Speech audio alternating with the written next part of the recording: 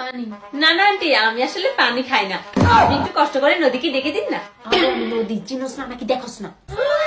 সালোয়ার কামিজ, মাথায় ঘুমটা, তুই তো একদম গিরগিটির মতো রং বদলাচ্ছিস, একদম বদলে গেছিস। বদলে যায়নি, শুধরে গেছি। তোদের সাথে চললে আমার সারা জীবন সিঙ্গেল থাকবে। আচ্ছা এবার বল কি খাবি? ওইটা কি? আরে ওইটা কি? বৌমা দাও না, ও কি চাচ্ছে? জি আম্মা, ও তো বেশি চা খাওয়ার কথা বলছে। আমি এসব খাই না। তুই কি এখানে আমার সংসার ভাঙতে এসেছিস? ওই তো তোর দুলা ভাই, কথা বল। আসসালামু আলাইকুম ভাইয়া, কেমন আছেন? আলহামদুলিল্লাহ, তুমি? আমি ভালো নাই ভাইয়া। ক্লাস 6 এ থাকতে আপনার বউ আমার থেকে 20 টাকা ধার নিয়েছিল। সেই ধারের টাকাও এখনো পর্যন্ত আমাকে ফেরত দেয়নি। সেই টাকার টেনশনে রাত হলে আমি ঘুমোতে পারি না। আবার কি করেছে জানেন?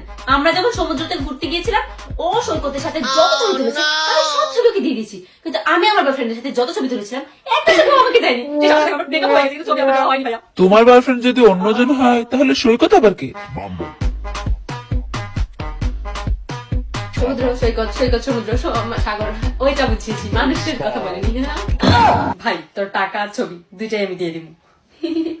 এর থেকে চল। দোস্ত, আমার মনে হয় তোর এখন বাড়ি যাওয়ার সময় হয়ে গেছে।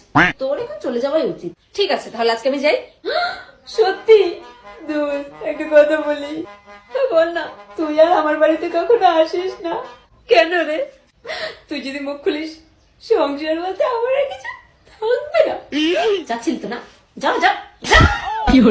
বৌমা, জাম্মা আসছি।